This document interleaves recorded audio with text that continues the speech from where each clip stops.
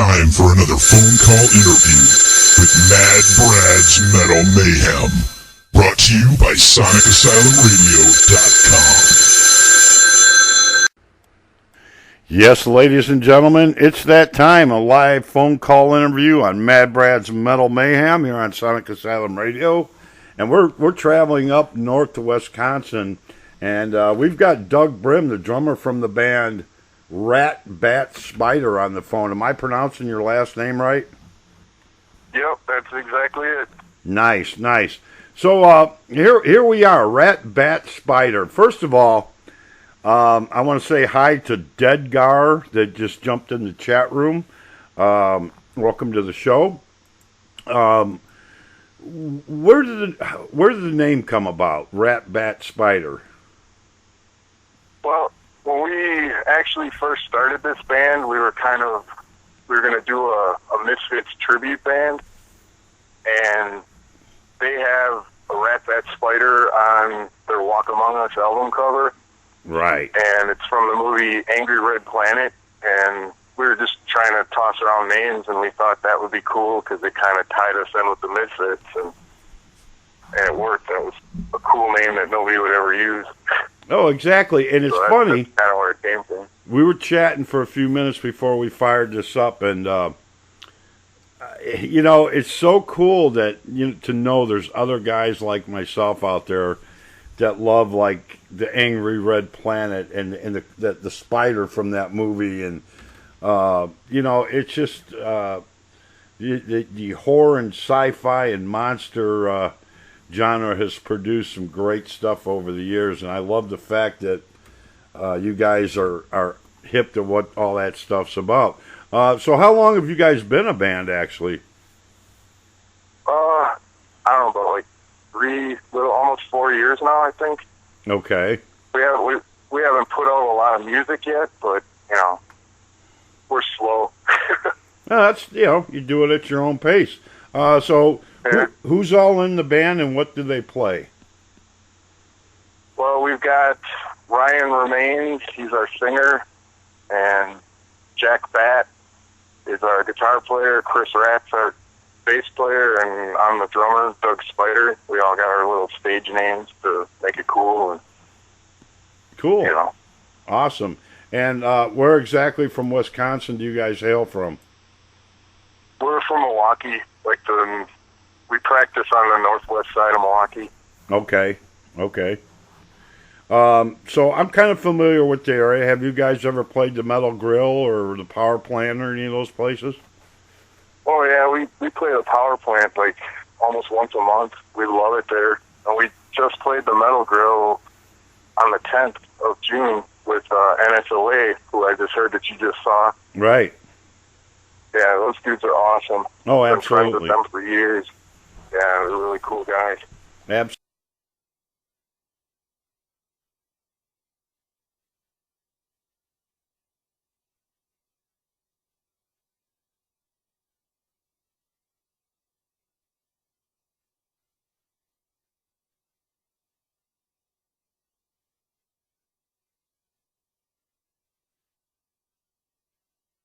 Absolutely. Yeah, I had to do a surprise attack on those guys because they were in my neck of the woods, and it's like, I'm not going to tell them I'm coming, but I went and saw the Mentors the night before, and I thought, you know what, this is great. I'm going to go see those guys Sunday night and right in my neck of the woods and surprise them, and had a really good time. And there's a band you might be familiar that was on the bill with NSOA, and that's Danny Green. I don't know if you're familiar with them or not.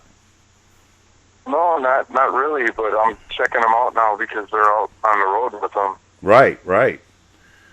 They're from Illinois, southern Illinois, central Illinois.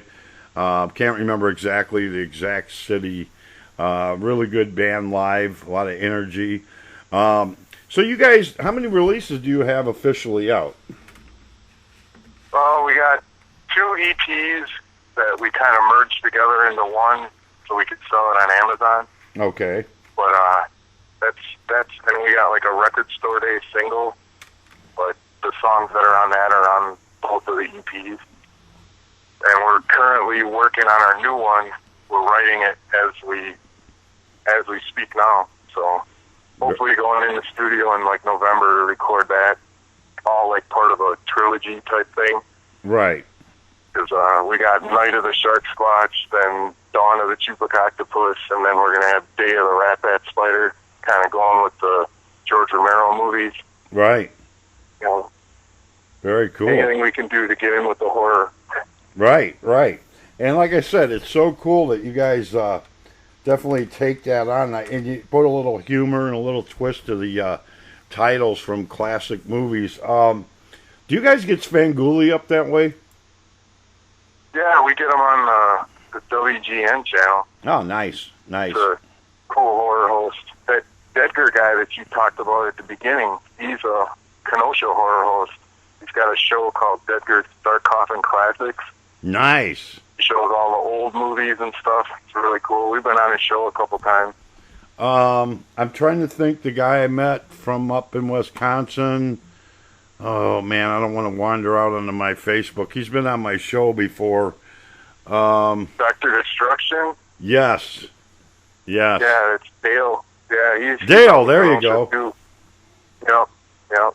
Nice guy, man. Yeah, he's out in Kenosha, too. Yeah, and he actually had a band I saw him play in up at the Metal Grill one night and stumbled across him by accident, and it was like, wow, I dig this, man. Roosevelt Dolls? Roosevelt Dolls? That's who he's playing with now. I'm not sure that's the same band. It was a few years back. Because he used to be in a band called Die Monster Die. There you years go. ago. There you go. They were pretty awesome. Yeah, I dug it. Chick Singer and Yeah.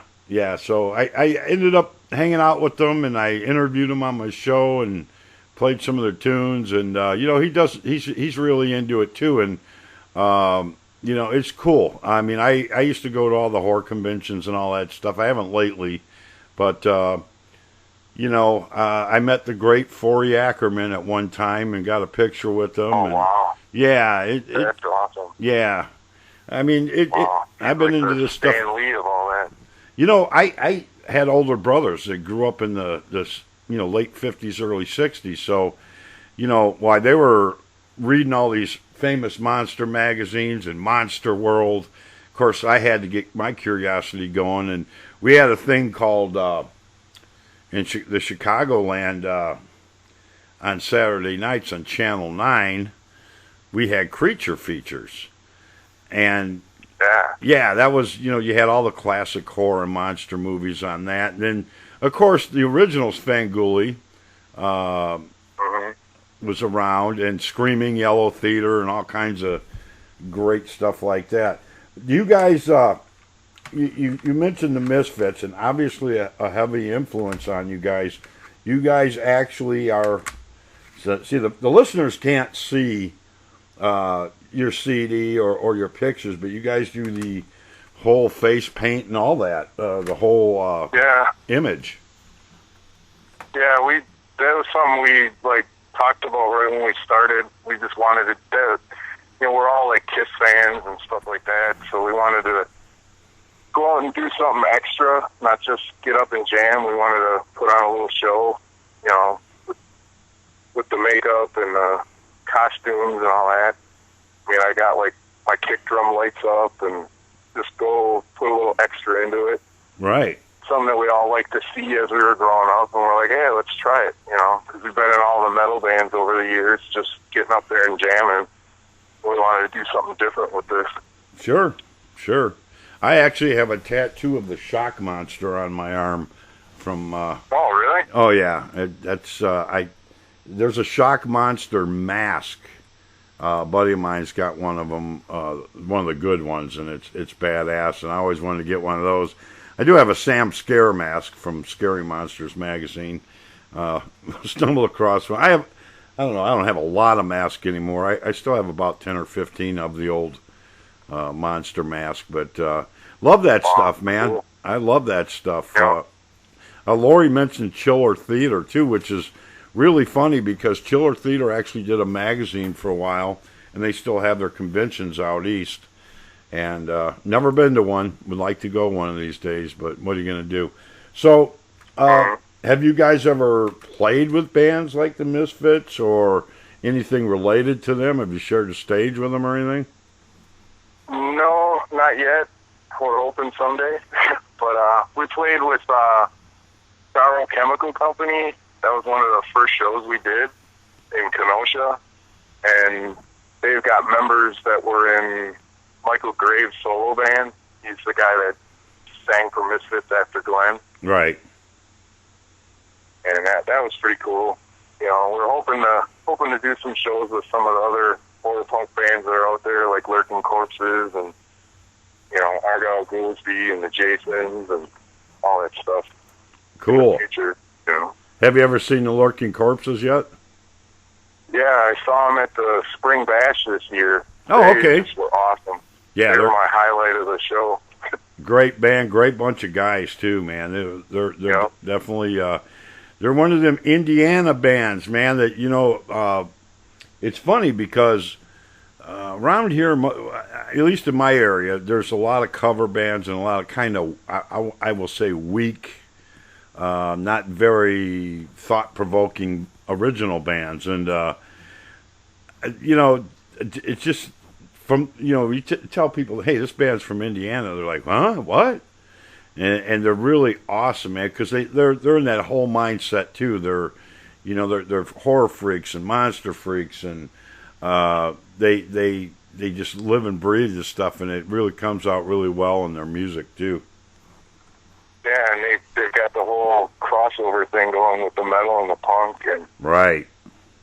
And they dress in those robes so they look like the guys from Phantasm. Right. Awesome. I love the whole set that they did. And they even did the last song, the Grim Reaper cover. That was just because that singer can hit notes that, humans shouldn't be able to hit. Right. Exactly. So, now, you guys musically, obviously, you're influenced by the horror and monster genre, obviously by a lot of punk and maybe hardcore and crossover bands. What do you guys? I mean, are you guys have other influences as well? Yeah, we all pretty much came from. We've all played in like a lot of metal bands over the years, right? And I mean, I'm sure that like shows in our music, but it's like our guitar player, he's like this diehard Ramones fan. Okay. And like our singer is totally into Guar and Iron Reagan, and I get into everything, metal, punk, everything. Right.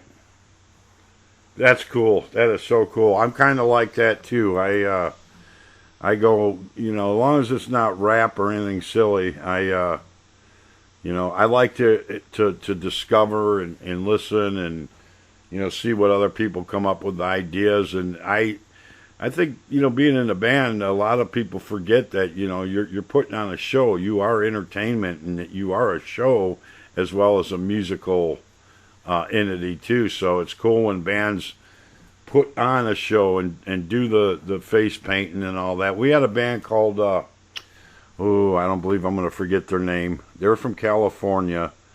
I'll have to look and let you know. I've had them on my show, and they, it was funny. They were telling the story of how they started out, and they didn't wear face paint or anything, and they kind of just took that step forward and did the face paint and brought more of a horror feel to their show, and it just changed the whole. I mean, their whole image changed, their crowds changed. And they got really successful. They're called Saint Madness. They're out of the. Oh, Saint Madness. Yeah, I've heard of them before. Yeah. Yeah. So it's very cool, man. It's it does do something. I mean, you mentioned Kiss earlier. You look at bands like that. You had Alice Cooper doing his wild things, but Kiss was kind of the first band that took it to the next level. Like, we're all painting our faces. We're all dressing in black. Yep. We're going to have character images, and I think they probably influenced so many people back then, and still do to this day. Yeah, still do. I mean, and there's like other bands like Impaler, and it's, you put that little extra singing it. That's something that always got me out to a show. Right. That if a band did something a little extra, it was cool. Now, that's kind of what we tried to set out to do. Did you see Impaler at Spring Bash as well? Yeah. Yep. Yeah. Great show. We were there on that first day when Loudness was supposed to play. Right. We were there for that day, but he got Wrath instead, so that was pretty awesome. Right. Absolutely. Randy knows how to book a good show. Absolutely. And I'm usually up there every year trying to help him with the stage and MC the stage, along with Paul Panic, who's one of our DJs here too. And Randy you're right. He does a great job. He busts his ass and he does it right. And Impaler was one of the highlights for me as well, because it was just the whole circus that they brought to the stage was great. Yep. They've been doing it for years. Right. I mean, I was into them in high school. Right. Exactly. And they're still bringing it just like they used to. Sure. It's good stuff, man. So I will ask real quick, as far as your recording and production, do you guys do it yourself, or do you actually go with somebody that has a studio? How you go about that? There's a friend of ours that's got a studio. It was in his attic when we did our first CD, and now it's in his basement. His name is Andy Stillen. He used to sing for a punk band back in the day called Brain Dead. That, I would go to all their parties in high school and stuff, and found out that he had a studio, and he was willing to record us, and we've gone with him for both CDs, and we're going to go with him for the third one. Because we're trying to, the guys want to have more of that raw feel to the recording, like the early Misfits kind of stuff. Right.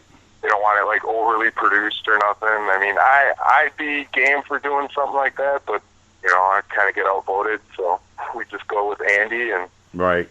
He knows how to get the sound that we're looking for as far as the old school Misfits sound goes, and it's still quality, but it's not like, doesn't sound like overproduced or nothing. Right, which is good in a way, because I don't, with edgy music, sometimes overproduction can take that edge off. Do you guys have any vinyl? I know we have CDs. I have 3 of them here. Did you guys ever press vinyl or have anything in the works? No, that's in the future. We definitely want to, but it's like there's such a backlog on vinyl and stuff. You gotta like really get your stuff in early so you can have it by the date you want it. Right. And because we were like trying to shoot for a 7-inch and for Record Store Day, but that's probably not going to happen until next year sometime. Right. And it's expensive now. Oh yeah, it is. Something we want to do, definitely, because vinyl's like the cool thing. Right. Crack open a record like you did back in the day. That's where it's at. Absolutely. Are any of you guys like record collectors yourselves? Yeah, our guitar player's got like probably every version of every Misfits vinyl there is, and same with the Ramones. I got some, like a lot of metal stuff from back in the day. I was dumb when I was a kid and bought tapes. I should have bought vinyl. Right. I have like all the classic thrash stuff, first edition vinyl, but I bought the tape instead because it was portable. Right. It's you know what though, some of those tapes are getting up there too, collectible and pricey and scarce, and yeah. So I mean, it's cool to have. I did a lot of that too, and then I swore I'd never own a CD or a CD player, and finally gave in, and I started buying more CDs at one point versus vinyl. But I never gave up on my vinyl, and I'm a vinyl junkie. I still get packages every day in the mail. So yeah, I saw you got that obituary one recently. Right. That was pretty cool. And that's the cool thing now. You get the colored vinyls with the splatters, and sure, it's even cooler that way, because then you got something that looks cool in addition to sounding cool. Right. And there used to be a point in time where, like I said, when vinyl was phasing out and CDs were coming in, I used to have a friend of mine that worked at a record store. He was the manager, and he would get all these promo CDs, all these metal bands, and he's like, check them out. If you like them, you could have them. If you don't care for them, bring them back. I'll give them to somebody else. He used to give me like 10 or 15 a week. And most of the guys that worked there weren't into metal. And so I discovered a lot of bands that way. And then I started, going after the vinyl after the fact. And some of it got pretty pricey. And some of that stuff's really scarce still to this day. But there's a lot of stuff getting reissued little by little. And I did have somebody in the record industry tell me eventually about 80 to 90% of all records will be repressed at some point in time if the trend stays like it is and the demand's there. Yeah, it's really high right now. Oh yeah. Like even when bands do Kickstarters and stuff to get their vinyl done, it's like they sell out like right away. Right.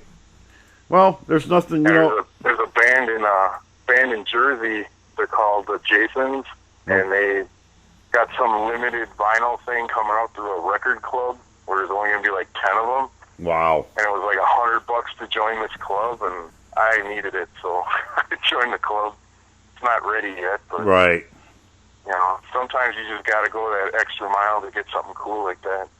Nice. Yeah, exactly, because it's so limited, and that's one of the reasons. Such a backlog on vinyl now, and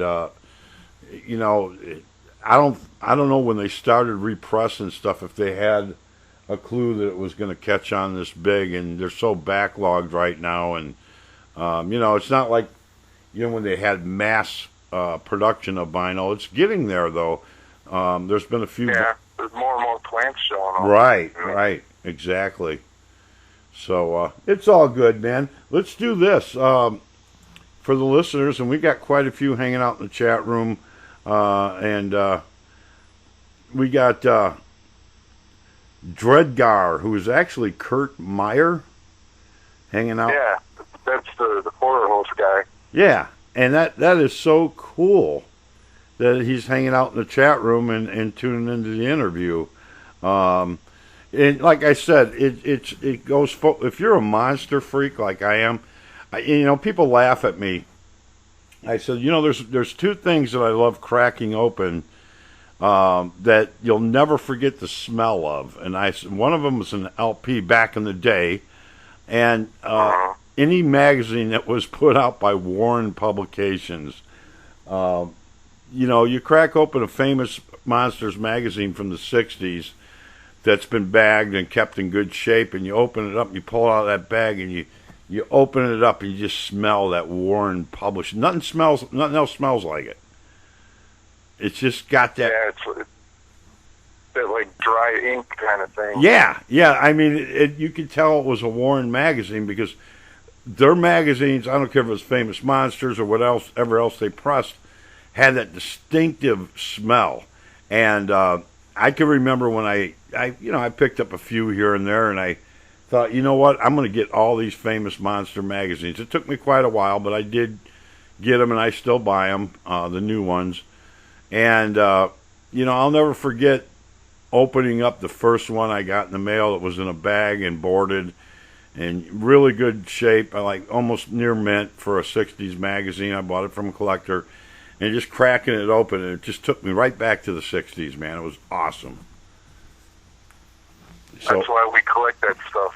Yeah, the funniest thing, too, and it's kind of missing today, I'm pretty big in, and like I said, a lot of the stuff I haven't done much with lately, but I was big into models as a kid, and whether it was hot rods or monster models, or one thing that they haven't done with models used to have a distinct smell when you opened them up too.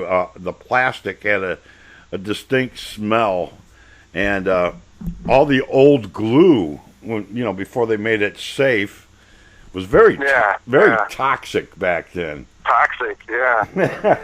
Like where you'd start putting your model together and get halfway through and be like, "Whoa, I gotta stop." Right. It used to get pretty like crazy. All the old Aurora kits and. Exactly. I got stacks of models in the basement. I just haven't put them together yet. Like Addams Family stuff and Halloween and all kinds of Godzilla ones. Nice. And, you know, a lot of that stuff got reissued over the last 10 years, and I can't believe the price of a model anymore. You walk in the store, and a basic car model that you know, other than a snap-type model, something you actually have to paint and glue together, and but if it's anything themed, Tom Daniels or horror or monster, it's not cheap. No, it's not. And I feel a lot of, like, even comic books are like that now. Oh, I know. I remember buying, like, old comics and stuff back when I was a kid. They were, like, 50 cents, and now they're, like, $4. Right. You know? It's crazy. They're almost pricing themselves out of the market. Yeah, I feel back to the newsprint. I feel sorry for kids nowadays that have an attraction to that kind of thing because it's so expensive. And even as an adult with a paycheck, I cringe sometimes when I buy some of this stuff. It's like, man, what happened? This stuff's so expensive. Exactly. You know, so you'll have that. So let's do this. Let's pick a few tunes here. I've got Angry Red Live. I've got Dawn of the Chupa Octopus, and I got Night of the Shark Squatch. You want to pick a few tunes we can throw at our listeners? Sure. If you want to play the Night of the Shark Squatch song and the Hog's Back Road off of the Chupa Octopus album, I mean, anything off the live one. That's mostly Mystic songs on there, but okay, it's got a bunch of originals too. Anything you feel like playing off of that. Okay, cool. I want to play this song. Can I love the title of this song. Last One Out, Close the Coffin Lid. Ah, cool. Go ahead. Okay, that's a good one. Dig the title. Like I said, this is great stuff, man. Because you guys have managed to bring that spooky element, so to speak, into the mix as far as your lyrics and whatnot. And I think it's very cool because it just, if you're a fan of any kind of old horror and sci-fi, you'll get what you guys are doing totally. So that's what we're shooting for. Well, let's do this. We're going to throw 3 in a row together and check these tunes out so the listeners can check them out and see what you guys are about. And all right. We've got Doug Brem on the phone, the drummer from the band, and we'll be back after these 3 tunes, talk more about the band. And you know what? Grab your volume knobs and your substances or whatever you do and kick back and crank it up. We'll be right back.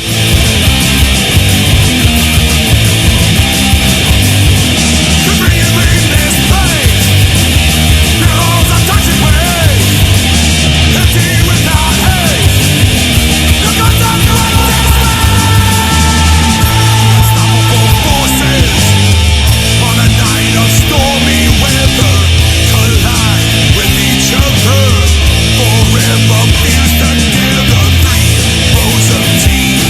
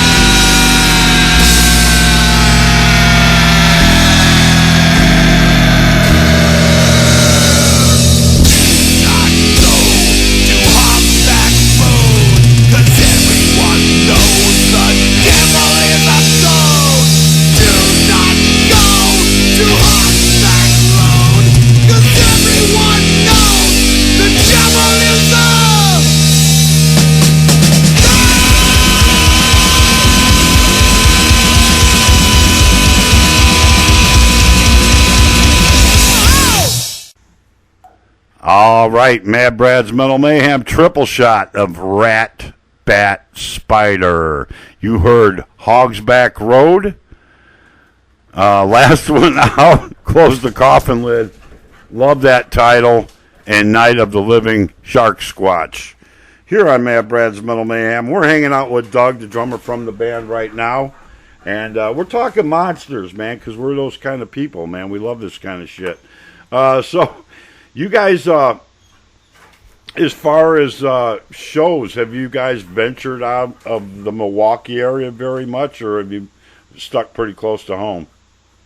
We're pretty much stuck close to home. We get out to Kenosha once in a while, which is kind of halfway between here and Illinois. We played in Chicago like once or twice, but we haven't really gone anywhere other than that so far. You're like this year is probably the biggest year of shows we've had. Really? We're playing like 2 a month, I think, so right. far. So, right. Have you guys? It's just kind of we're doing it for the fun. We're not like trying to make a career out of it or nothing. Right. We're all over 40, and that ship sailed. Right. And, I was going to ask you that about your age group, being that you're into this kind of stuff. And I have 2 co-hosts that just got all riled up, man, and they just ran out the back door. Thank God. Oh man, it's crazy times. So have you guys thought about? I mean, have you got plans to someday venture out with this? Yeah, we'd like to. I don't know, probably looking at more like next year. Okay. Hopefully, we can get out to some other places. I'm hoping to get out to play somewhere with the Lurking Corpses. Oh, that'd be awesome. I met the drummer at the Spring Bash, and hopefully we can hook something up in the future.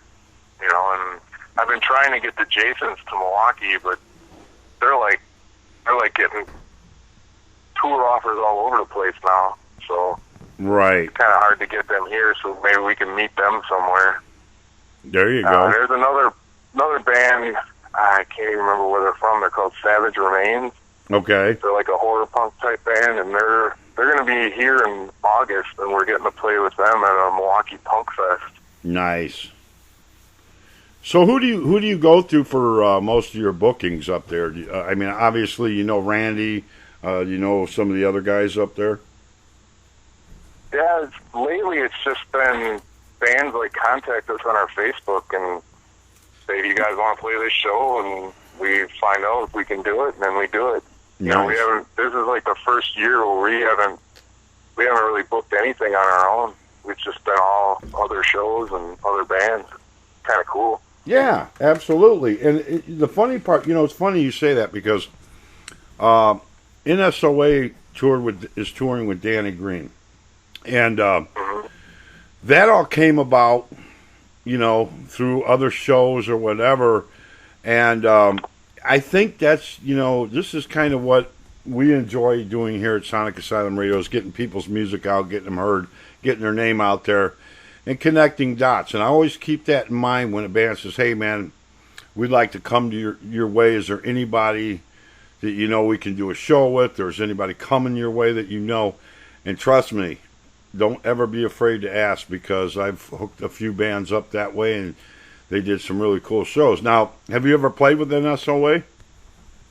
Yeah, we played with them on the 10th of June. Nice. At the Metal Grill. Played with them a couple times this year, actually. Nice. Great, like you said. Yeah, they're great, always fun. Yeah, great bunch of guys. Now, see, that to me would be a great tour. You guys, NSOA and Lurking Corpses, and maybe one other band. Now, I'm going to ask you this, and I'm trying to keep an open mind with this, because it's something I'm seeing, and tell me if I'm right or if I'm wrong. Because there's always been a punk scene, there's always been a crossover scene and a hardcore scene. But my opinion is, I think it's gotten bigger in like the last 2 years than I've ever seen it. Am I wrong or am I right? No, I'm feeling you there. You got bands like Municipal Waste and Iron Reagan. They're just doing the whole crossover thing. The DRI's still kicking around. Right. it's something people are latching onto because it gives you more than just one or the other. Right. You get a little metal, you get a little punk, and there's more bands doing it now. We got DRI coming here. I think in September. I think they're coming. NSLA is opening for them. Right. At the Metal Grill. That's awesome. No. So, yeah, the crossovers getting big again.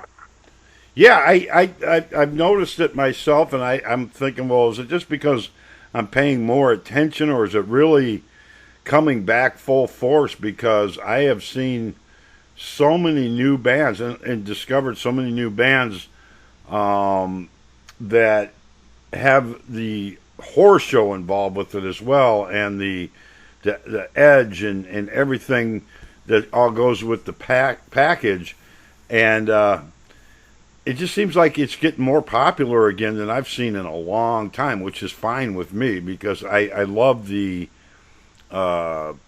expression of every different band that they bring to the stage. You still with me?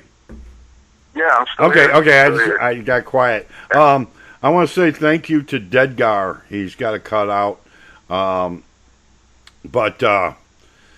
very cool that he came in. He's tuned in, and it's awesome, man. That's I love that whole, like I said, the whole horror genre, the whole crossover, the whole punk, the whole attitude, the horror. Do you guys get into any of?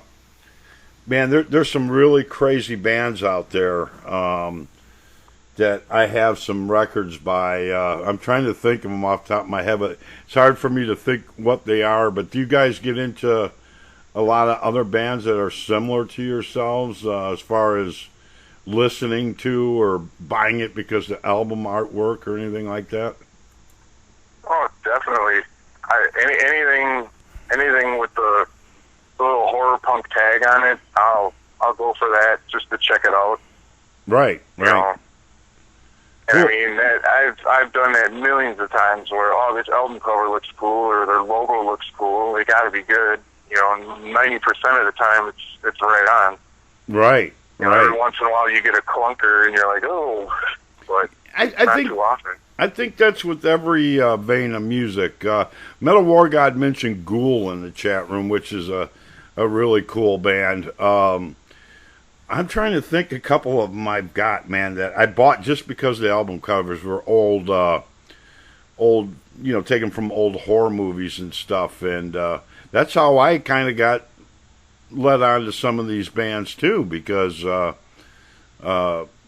look at their cover art, and if you're a Monster fanatic, you buy it for that, and then all of a sudden you're listening to it going, holy shit, this is cool. Yeah, there's like the band Blitzkid.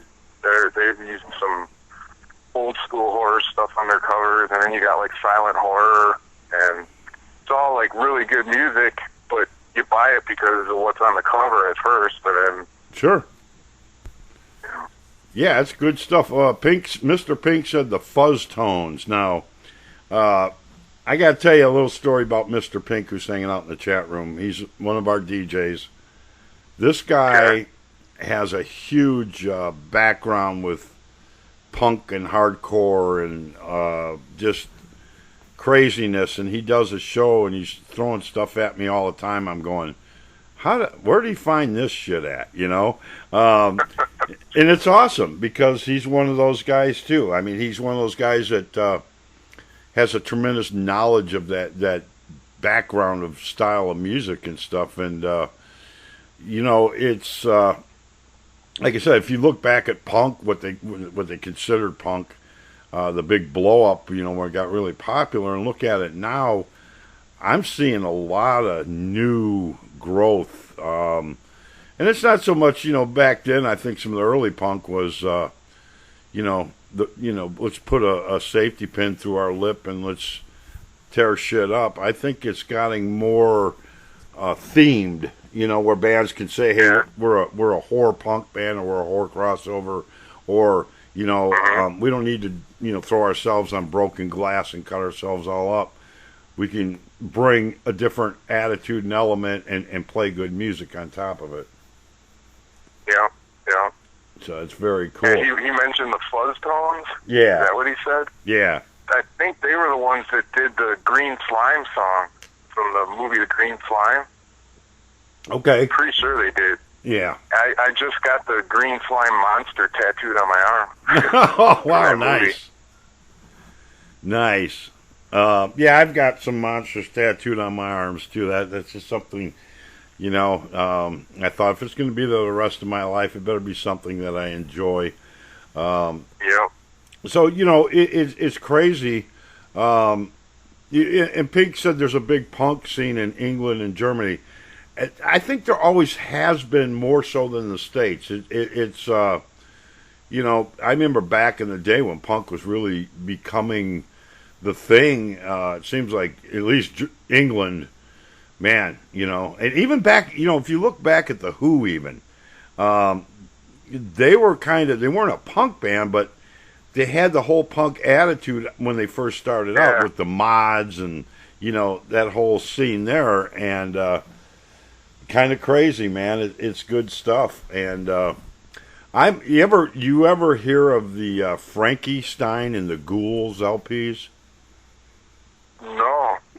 Okay, I'll have to post them on my Facebook one day so you can see them.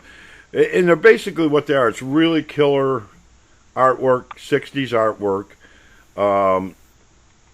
And I want to think there's like 6 different albums, but it's all surf music. And, okay. Yeah, and they were put out in the 60s. And they you know, they got the creepy horror covers. And, you know, I'll tell you some albums that are really kind of hard to find now. And I do have a couple of them. There's one I don't have that I really want, and it's gotten very expensive. Zachary albums. He put out back in the 60s. And yeah, I don't have any of those. And I'll tell you, the master, I could say 2 masters of spoken word, but probably the biggest, most well-known as far as spoken word tied into the monster thing was Boris Karloff.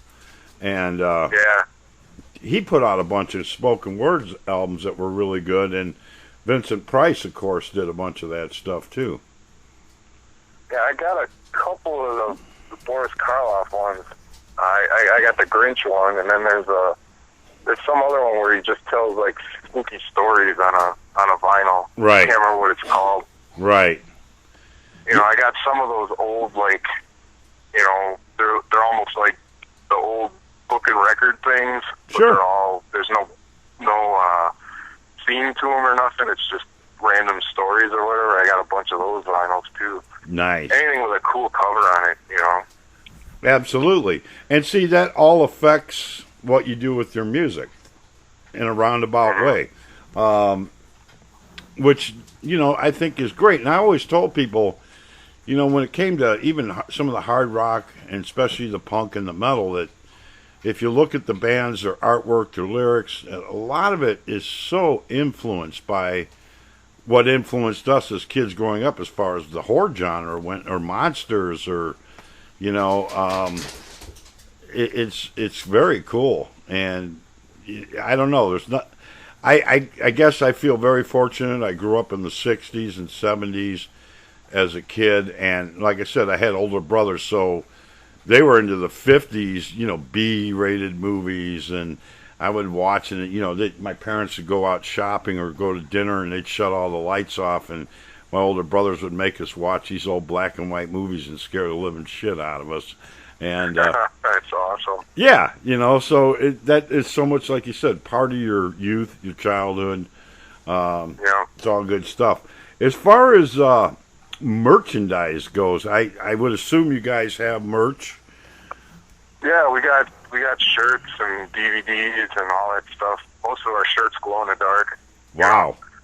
Gotta have the glow. There you go. That's cool. We sell them online. We got like a big cartel site. You can like type our name in anywhere online, and then something will pop up with us. Okay. And it's got like all our shirts and CDs and DVDs. We even got some embroidered patches and nice. You know, Nice. We bring it all along. You know, the more merch you got, the more you can pay to keep stuff going, recording and all that. Absolutely, you could survive. It's called survival, you know. Yeah. So, as far as websites, of course, you have a Facebook page. Do you have any other outlets that people can find you at? Yeah, we're like on Reverb Nation. We're on Bandcamp, Instagram, Twitter. I mean, you can like iTunes and Amazon Music, Spotify. It's like all over. We like went through that CD Baby thing, right? And they like set you up with all these different places, and we got our merged EPs together on that. So like both EPs squashed into one album. Right. So right. I had to pay a fee for each one. Cool. So yeah, you can. Do you guys, as far as upcoming shows, do you guys have anything coming up in the near future? Yeah, we're playing a few dates in Milwaukee here. We got like next month in June on the 24th, I think it is. We're playing at Kochanski's with a punk band from St. Louis called Bass Amp and Dano. Nice. And then we're playing 2 shows in August, one at Frank's Power Plant with a band called The Muse, and then we're playing the Milwaukee Punk Fest at, I think it's called The Local now. It used to be the Club Anything, and that's with like Savage Remains and a bunch of other touring bands and local bands. It's like I think it's like a 5-day thing. Nice. That's awesome. So we got stuff coming, and we're playing a thing in October called Wendigo Fest. It's like some new thing in Manitowoc. It's like a big kind of Halloween fest thing, October 6th and 7th. I don't know which day we are yet, but it's going to have music and parade and just Halloween vendors and all that kind of stuff. So it's something new, something different for us. Cool. Outside. Hell yeah. So is like Halloween your favorite time of year? Oh, totally. Totally. We set up a graveyard in our front yard, and we're the house that all the kids want to come to because I'm walking around in a Jason Voorhees costume and trying to scare them all. And, nice. We live for Halloween here. That's awesome. Yeah, you know, it's funny because I noticed there's a couple places in Wisconsin that do Halloween-related festivals or shows or things related to Halloween. We don't really have anything like that around here that I could think of. I mean, they have haunted houses occasionally, but not like they used to. And that was part of the fun of, you know, the whole, I don't know, you know, get the shit scared out of you. Yeah, yeah. You know? Yeah, we try to go to a couple haunted houses every year. They got one big one. Edgar. Go ahead, I'm sorry. Go ahead. Oh, no, that Edgar guy that was in the chat room from Edgar's Dark Coffin Classics, he's trying to put together a haunted house here, I think in Kenosha. Cool. He hasn't got it yet, but he's been working on it, because he used to run some haunted attraction thing in somewhere in Illinois. Okay. Now, he's trying to put something together. Going from Illinois to Wisconsin on the toll road, there's an abandoned building. Oh, God, I'm trying to think if it's by Racine or maybe towards Kenosha or Racine that you could see from the expressway. It looked like it used to be like an old haunted house or some kind of... I'm trying to think the name of it because it still had a name on it the last time I was up that way. I don't know if you're from... Yeah, I know what you're talking about. I don't think it ever opened. Okay. I can't remember the name of it either. Yeah, I see it too, and I'm like, is that gonna open, or what is it? You know, I don't know if it's ever something with an asylum or something. Yeah, it's really weird because it's been like that for like at least 4 to 5 years that I've known, and I never see it open. I don't know if it ever did open. Yeah, by the Cheese Castle. See, Hudson knew that. That's awesome. Yeah, that's like near Kenosha. Right. Yeah. Right. So now he's saying, "Oops, wrong." I don't know what he meant by that, but it's funny. But anyway, you got an idea what I'm talking about. It's these guys are killing me in the chat room. It's off the interstate there, and I always thought, this place is something I missed over the years or something that hasn't opened yet, and it just seems like it's just sitting there empty. But yeah, we used to, I've been to a couple places. Up in upstate New York, there's a place called Lake George, and they have a kind of like a Universal Monsters theme type of place where it's like a haunted house, but it's got all the Universal Monsters inside and stuff. It's very cool. That's awesome. Yeah, and it's just, even where I'm at in life right now, I still enjoy that just as much as I did when I was a kid. I mean, it's same here. Yeah, very cool stuff. Same here. Awesome. Takes you back, man. Makes you remember what it was like when you were a kid and didn't have to worry. Right, and watch monster movies. Lately now, see, like back in the 90s when monsters started getting like this resurgence, the classic monsters. And all these like stores, you'd walk in, they'd have Pepsi displays with monsters or Universal Monsters. And, they came out with all these 12-inch action figures back in that time and everything. I was like so excited for Halloween every year because I would want to go to every store I could because I knew there would be something monster related, either a display or even the video stores had the displays or this and that, and try to get all this stuff. And then it just seems like it all phased out. Now you go in these stores around Halloween, especially the big box stores, and you look at like the mask and the costumes, it's like, or the figures, they might have Halloween figures. It's not even scary looking. It's like a Frankenstein with a smile on his face.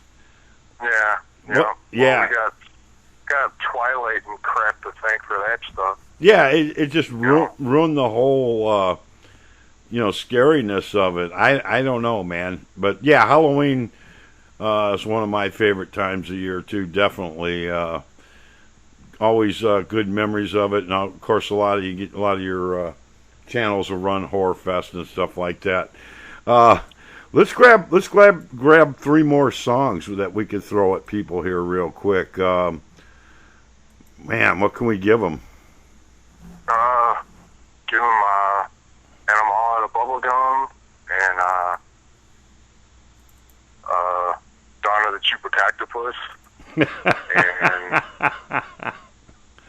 I don't know. Dead Girls Don't Say No. Huh? You want to throw one of the live tunes at them? Sure. I think we do a couple of our originals on the live CD. Yeah, like I think we do Susie Q's a Zombie Punk on there. Yes, throw that one out there. Okay, the live one. All right, well, let's do 4. Pick one more because they're kind of short, Dead Girls Don't Say No. That's an old song from a previous band I was in, and we just kind of revamped it and put it out with this band because it fit it better. Cool. Love the title of that too. That's awesome.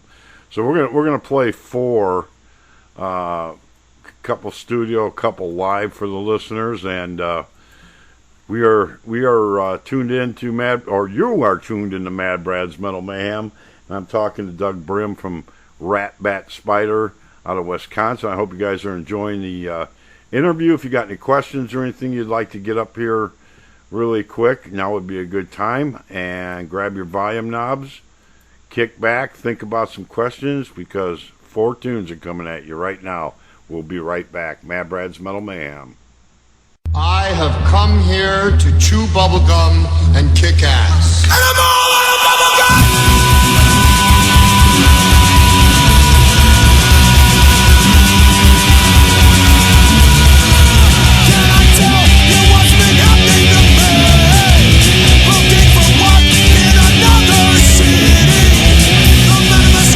Tells me I'm asleep. I bought some glasses and no one is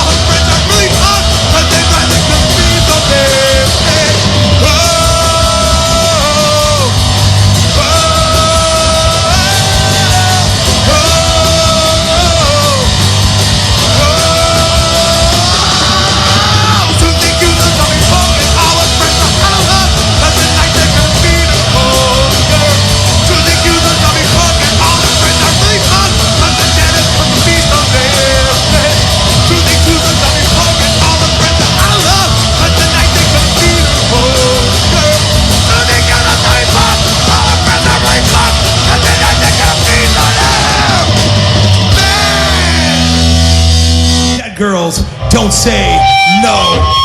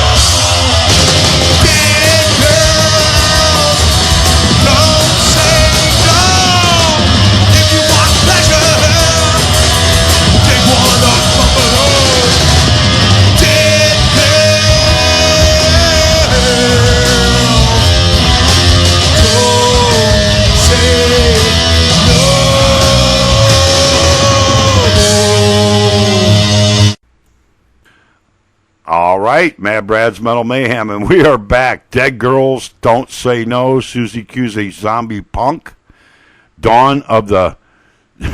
This is a tough one for me. Chupa Octopus. Chuka Octopus. And, of course, I'm all out of bubble gum.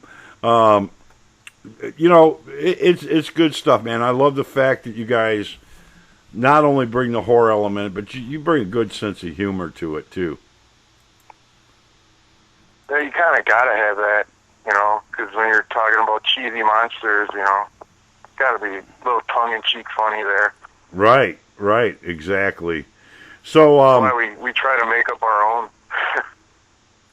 There you go. Like Chupa Octopus. That was just something I said at practice one day, and they're like, "Dude, write some lyrics about that." All right. Right. There it is, man. So it's very cool. You guys got your thing going, man.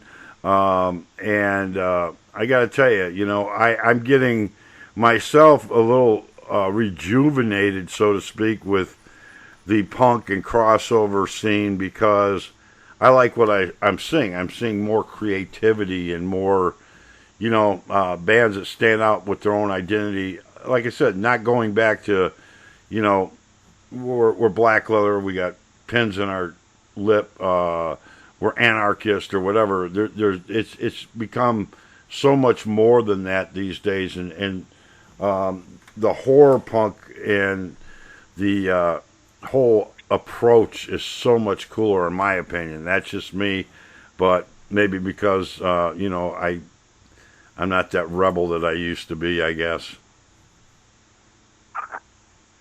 So yeah, go ahead. No, it's cool. Lori put like a Twisted Mary Poppins. Twisted Mary Poppins. Now, you want to talk about some twisted people. We've got them in this chat room, man. I'll tell you right now. And they're the best people you'll ever meet, man. Great people. So, as far as music goes, you your next, we're going to look into a crystal ball here a little bit. What are you shooting for as far as music recording and releasing again? Well, we're hoping to finish the trilogy of EPs. We're shooting to go in and record it in November, and we got one song done so far, the title track, "The Day of the Ratbatspider," and it's just punk and metal, just like all the other stuff. Cool. And we got a few more songs to write, and then we got a couple ideas that we've been bouncing around, but we only get together like 2 hours a week, so it's kind of hard to mash things out in that amount of time and still practice the other stuff so we can play it live good. Right. So that's why it just takes us forever to do stuff.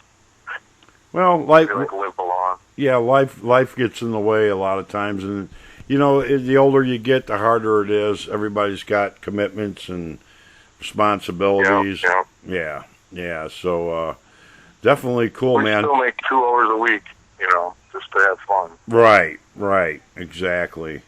Well, very cool. I appreciate you getting a hold of me and coming on my show, man. And I want. Yeah, thanks for having me. Absolutely. Thanks for having me. It's fun. Stay in touch, man. Like I said, if you want to wander or I'll post some stuff. You got shows coming up. Be sure to post them.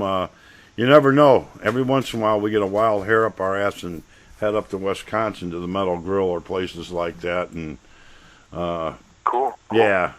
So last time DRI played, I didn't make that show. I know a few boys from my neck of the woods got in the van and went, man, and had a great time. And that's what it's all about, getting out there, supporting the bands, hanging out, and having fun. Yeah. So if I was to ask you if you were a listener and you requested a song, what would you request? What would I request? Yeah, just say, I want to hear such and such by so and so. Where Eagles Dare by the Misfits. Okay, we can do that, and I'm gonna close out this interview with that. We're gonna play some Misfits, and I better make sure I got plenty of Misfits here. That's one of those bands I've moved around a few times. I gotta figure out what file. There they are. There we are. Cool. So yeah,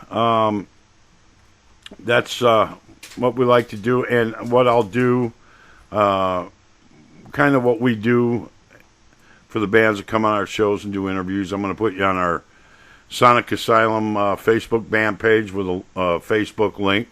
So all I got to do is click it on. People are cruising around checking it out, and it's all good, man. And I will help you in any way I can if possible. You know how to find me, and definitely enjoy the monster stuff, man. That is totally kick-ass, man. Awesome, man. Thanks for having me on. All right, well, fun. Yeah, absolutely. Once again, we got Doug Brem from Ratbatspider. If you haven't given their Facebook page a like yet, do so, and check them out if you want to get any stuff from them. Punch in his name, the Big Cartel, you can get stuff from, or better yet, come out to a show and get some stuff. And we'll leave it at that. And I got some Misfits coming up for them. And once again, thank you for coming on the show. Thanks for having me. All right. Hang on the line 1 second here. Let me get this fired up. All right.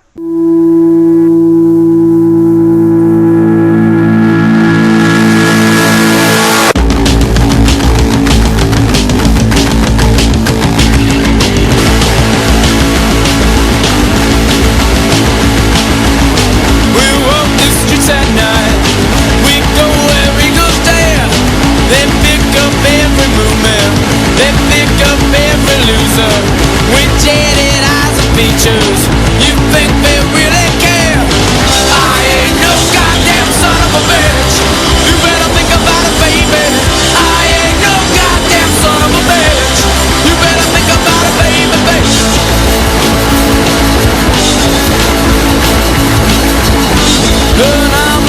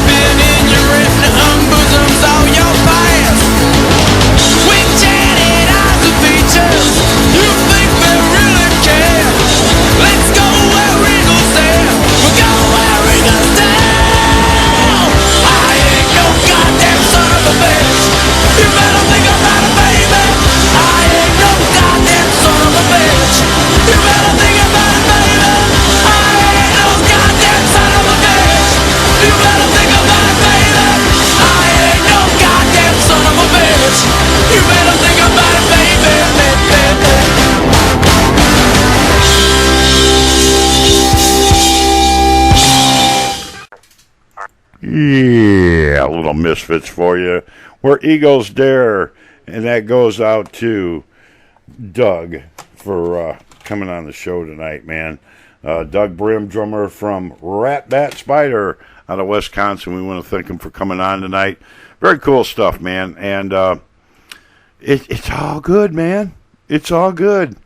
We're having fun, man. And, yeah, the Metal Grill kicks ass. I love that room. It's good. I wish we had something like that in my neck of the woods.